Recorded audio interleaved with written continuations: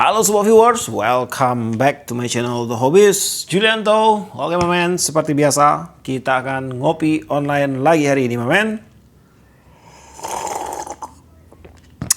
Paten tenan. Oke, pada kesempatan kali ini saya akan kembali membahas sebuah produk dari Jamie.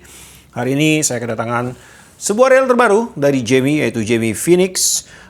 Dan sekarang sebelum kita unboxing, seperti biasa saya mau baca-baca mantra dulu. Nah ini dia. Nah untuk Jamie Phoenix yang ada di tangan saya ini size 3000, gear ratio di 5.2/1, max drag 8 kg, berat 239 gram, dan line capacity nanti akan kita cek. Untuk fitur-fitur, drag knob shield, power handle, carbon brake system, reinforced nylon, CNC metal, strong gear ya. Dan langsung aja dalam pembelian untuk reel Jamie Phoenix ini kita dapat apa aja nih. Nah, di sini ada reelnya. Untuk reelnya ini warnanya wow. Bener-bener anti mainstream ini men. Tuh, warnanya. Meriah, oi. Oke, kemudian di sini ada skematik untuk reelnya. Oke. Nah, ini dia untuk skematiknya. Lalu di bagian dalam udah kosong, nggak ada apa-apa lagi ya. Nah, sekarang langsung aja kita akan membahas untuk si Jamie Phoenix ini. Nah, dalam pembelian untuk reel Jamie Phoenix ini hadir dalam 3 varian ukuran dari size 1000, 2000, dan 3000. Yang di tangan saya ini size 3000. Jadi kita akan fokus untuk membahas di size 3000 aja. Di sini untuk penampakan, Jamie Phoenix ini terkesan sangat anti mainstream, benar-benar anti mainstream. Jarang sekali ada reel dengan warna seperti ini. Ada, tapi tidak banyak yang berani menggunakan desainnya nyentrik seperti ini men. Pada bagian body dia menggunakan warna Tosca, bell arm dan juga bell assembly juga sama. Di bagian rotor pakai warna cream. Kemudian untuk warna ini, warna handle-nya dia pakai warna apa? Hijau apa ini ya? Saya kurang tahu sih, warna hijau aja pokoknya. Di bagian spool juga sama. Nah, ini ada warna orange dan juga warna hijau. Jadi aksennya banyak untuk reel ini. Dan di sini pada bagian body, nah kemudian pada bagian body untuk reel ini dia menggunakan bahan reinforced nylon. Untuk desain pada bagian reel arm menggunakan desain yang ada bolongan. Dan kemudian pada saat saya pasang kejoran dan saya berikan tekanan, untuk tingkat kekakuan body ini masih ada pergerakan men. Untuk persennya kalau kita ukur di dari 0 sampai 100% itu di sekitar 80% untuk tingkat kekakuannya. Ini udah cukup rigid kalau dibandingkan dengan standar grafit sih, ini udah lebih kaku ya. Kemudian di bagian rotor juga menggunakan bahan reinforced nylon. Tingkat kekakuan rotor udah cukup oke untuk size 3000, masih ada pergerakan wajar. Kemudian untuk rotor tidak ada jeda, dan untuk one way pada reel ini menggunakan switch yang ada pada bagian lower body di sini. Pada bagian handle menggunakan bahan metal. Dan untuk handle-nya ini menggunakan tipe two piece. Lalu pada bagian knob dia pakai knob dengan tipe flat bar, bahannya metal juga, aluminium ini men. Knobnya non removable, jadi dia menggunakan sistem klem. Untuk pemasangan handle dia pakai sistem screw in handle. Untuk penguncian dia belum quick lock. Pada saat dia padat dia bisa diputar, putar. Nah, jadi saran saya buat teman-teman kalau dia udah padat kayak gini, tambahin gini aja, udah jangan diputar berlebihan karena bisa mengakibatkan kerusakan pada bagian dratnya. Untuk space pada drive gear, space-nya seperti ini, tipis. Untuk handle-nya ada sedikit gerakan ya. Coba saya tes dulu sebentar. Apakah ini dari rotor? Ya, kayaknya sih ada sedikit gerakan pada bagian handle, tapi masih oke sih, nggak terlalu besar, tipis saja. Pada bagian rotor, space-nya tipis. Kemudian untuk stop and go, enak, nggak ada jedanya. Pas banget ini, pas banget, nggak ada jeda sama sekali. Kemudian untuk handle dia udah interchangeable ya, bisa dipasang sebelah kiri dan juga bisa dipasang di sebelah kanan reelnya. Pada bagian spool untuk reel ini, dia menggunakan bahan metal. Untuk spoolnya ini dia menggunakan tipe medium. Jadi ini antara shallow dan juga reguler. Kalau dibilang reguler dia nggak sedalam reguler ya. Kalau dibilang shallow dia tidak sedangkal shallow. Tetapi di sini untuk spoolnya kalau saya lihat di size 3000 sih dia agak lebar untuk diameternya. Jadi harusnya sih penempatannya walaupun dia medium harusnya agak banyak juga sih untuk mainline yang bisa masuk ke sini men. Dan kemudian kalau saya ukur untuk lubang penempatan mainline lebarnya di 16,90 mili dengan kedalaman kurang lebih di sekitar 5,2 mm. Untuk bibir spool sudah menggunakan pelapisan anodize seluruh spoolnya ini pakai lapisan anodized. Ini akan membuat permukaan dari spoolnya ini menjadi lebih licin, hingga nanti untuk frictionnya itu akan tipis ya pada waktu PE mengenai bagian sini. Nah, waktu kita mau kejar long cast, ini sangat mendukung sekali nih. Pada bagian tutup spool, desainnya udah cukup ceper di sini. Belum ceper benar, tapi ini udah ceper. Terutama di bagian sudutnya ini, dia udah agak masuk ke dalam. Jadi ini tidak akan mengganggu twisting effect pada waktu kita lagi lempar umpan.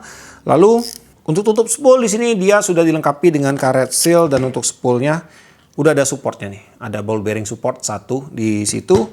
Lalu di sini untuk bagian drag system akan kita cek juga. Nah, ini dia udah menggunakan bahan karbon. Karbonnya ini dia menggunakan karbon kaku. Kemarin saya sempat dibilangin ini karbon tipe apa, cuman saya lupa men. Karbonnya ini keras sekali dia. Ini beda ya dengan karbon-karbon biasa. Ini karbonnya keras. Kemarin saya sempat temukan bahan karbon seperti ini itu ada di reel itu Falcon apa ya? Apa itu? Saya lupa Falcon apa men. Tapi bahan ini, bahan drag washernya ini sama seperti ini. Dia menggunakan karbon woven seperti ini men. Jadi untuk layernya ini ada 6.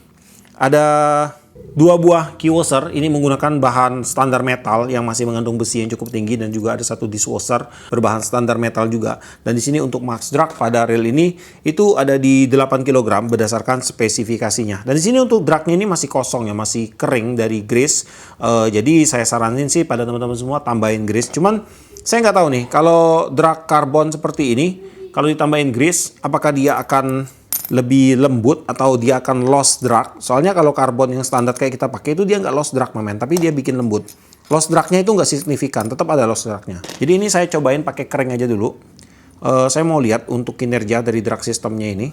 Oke, di sini untuk setelan rendah enak ya, empuk men.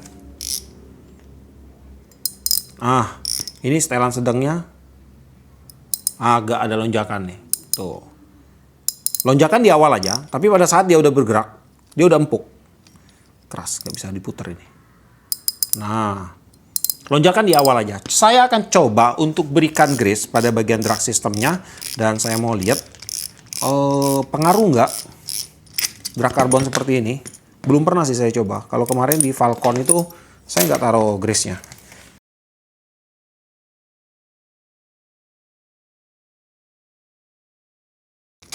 Oke, di sini saya udah tambahkan grease, dan grease yang saya pakai sih grease ini ya, grease putih yang cair itu men. Saya nggak pakai grease yang kental.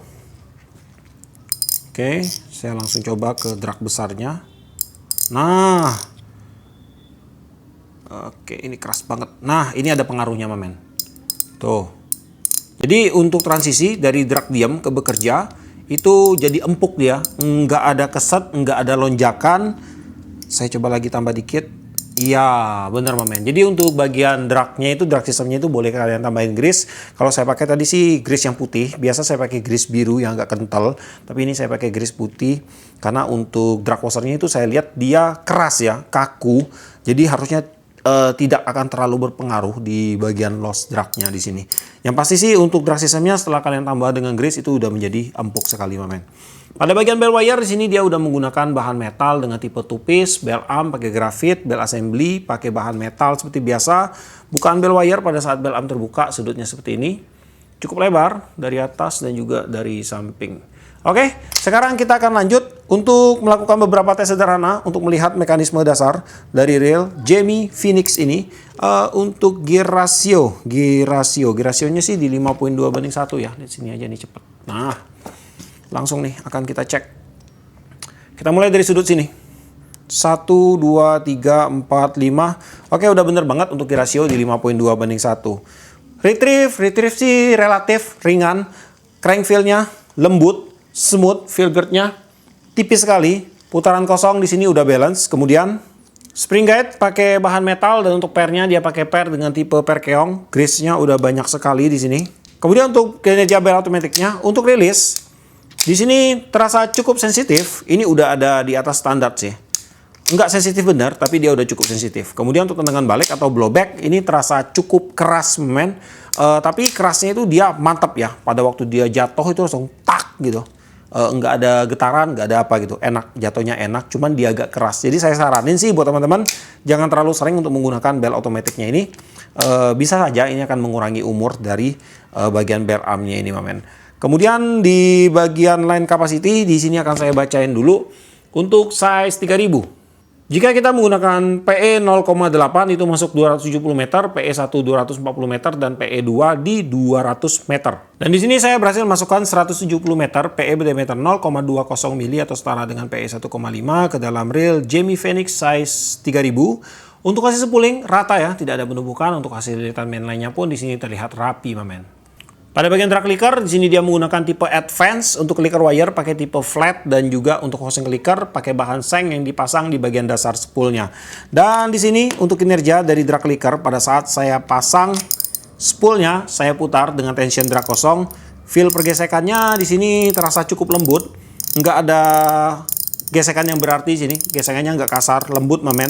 Untuk suara drag clicker yang dihasilkan pun terdengar cukup nyaring. Dan sekarang kita akan dengar dulu untuk drag clicker sound dari reel Jamie Phoenix ini.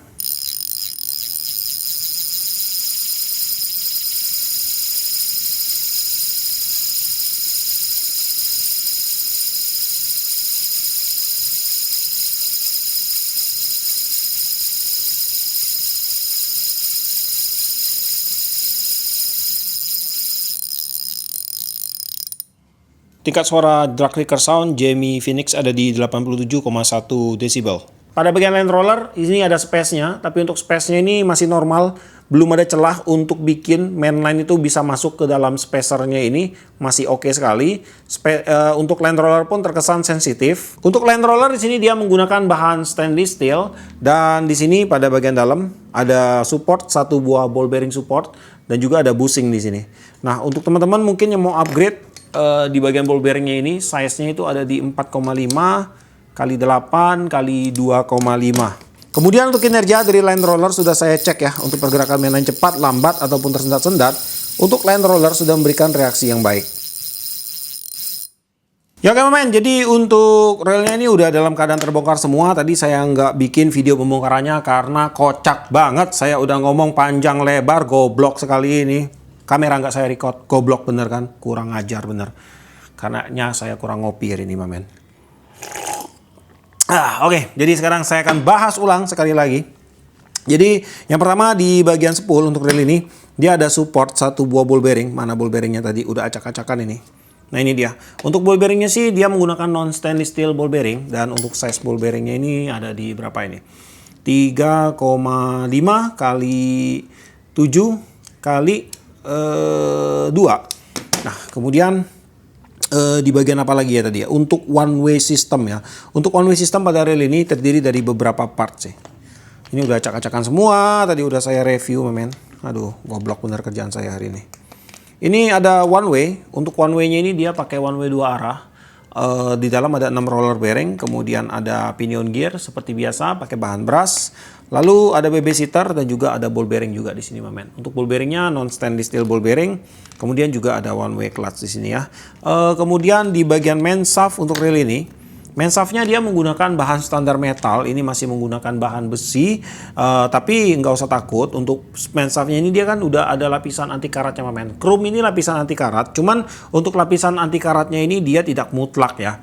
Untuk lapisan anti karatnya ini dia hanya akan bertahan sementara. Jadi ini akan memberikan space jeda waktu kepada kita untuk melakukan maintenance pada saat kita pulang memancing. Jadi kalau kita mancing itu terjadi cipratan air besar atau reelnya tercebur, masih ada waktu untuk kita melakukan perbaikan atau maintenance, pembersihan di bagian spare part yang krusial, mamen. Kemudian untuk support pada bagian pinion gear, di sini dia pakai size di 6,5 kali 14 kali 5. Lalu untuk bagian drive gearnya dia pakai standar drive gear aja di sini. Drive gearnya ini terdiri dari 2 bahan ya. Ada bahan stainless steel pada bagian as dan bahan zinc pada bagian gigi besar dan juga pada bagian idle gearnya. Untuk size-nya, ukurannya, panjang asnya ada di 27,05.